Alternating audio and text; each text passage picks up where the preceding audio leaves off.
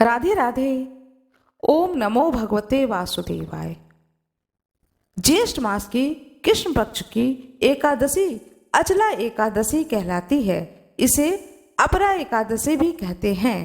इस एकादशी के व्रत को करने से ब्रह्म हत्या, निंदा, पर निंदा, भूत योनि जैसे निकृष्ट कर्मों से छुटकारा मिल जाता है तथा कीर्ति, पुण्य एवं धन धान्य में अभिवृद्धि होती है।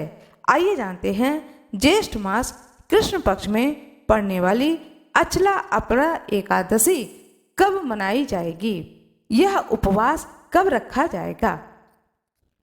ज्येष्ठ मास कृष्ण पक्ष में पड़ने वाली अचला एकादशी अर्थात 11 की जो तिथि है वह पड़ेगी 2 जून 2024 दिन रविवार को। आइए जानते हैं एकादशी तिथि का आरंभ कब होगा और समापन कब होगा। ज्येष्ठ मास कृष्ण पक्ष में 10वीं तिथि की हानि है। 1 जून 2024 दिन शनिवार, शनिवार की रात्रि 3:50 से एकादशी तिथि का आरंभ हो जाएगा। 2 जून 2024 दिन रविवार को रात्रि के 2:43 तक एकादशी तिथि रहेगा। अचला अपरा एकादशी व्रत सबका किया जाएगा रविवार 2 जून 2024। 2 जून 2024 दिन रविवार सूर्योदय 5:14 पर, प्रातः सूर्यास्त 6:52 सायं। उड़ीसा में जल क्रीड़ा एकादशी इसी दिन मनाई जाएगी। भद्रकाली एकादशी पंजाब में मनाई जाएगी।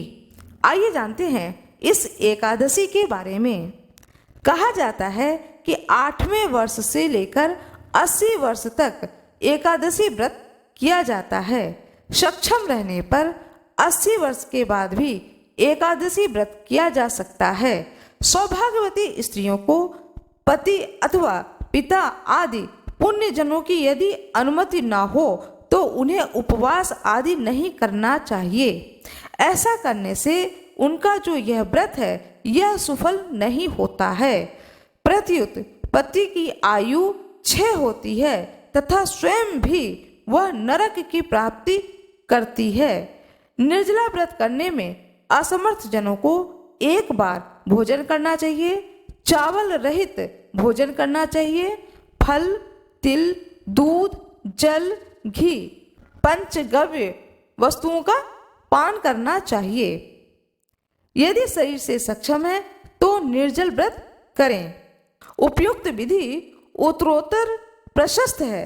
शक्ति के तारतम्य से केवल एक पक्ष की एकादशी का व्रत का भी विधान है। इससे एकादशी का व्रत का त्याग नहीं होता है।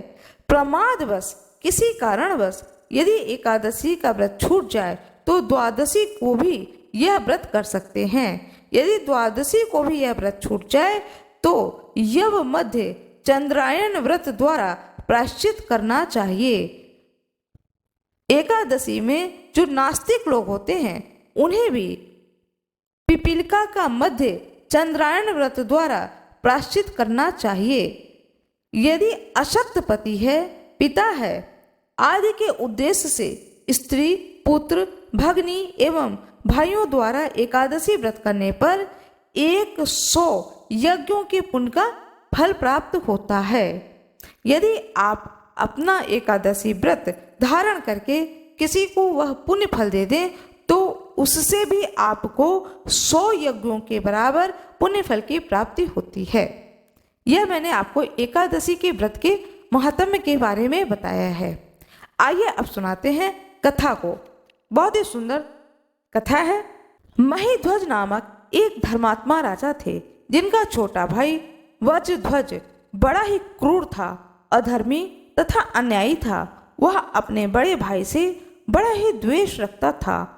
उस अवसरवादी पापी ने एक दिन रात्रि में बड़े भाई की हत्या करके उसकी देह को जंगली पीपल के वृक्ष के नीचे गाड़ दिया।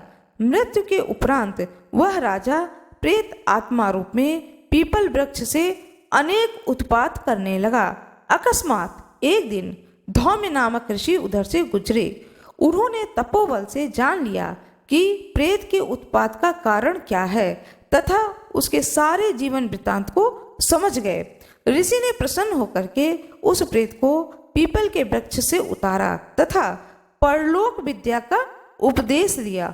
अंत में इस प्रेत योनि से मुक्ति होने के लिए उससे कहा कि तुम अचला एकादशी व्रत को करो, जिससे वह इस प्रेत योनि से मुक्ति को प्राप्त कर लेगा।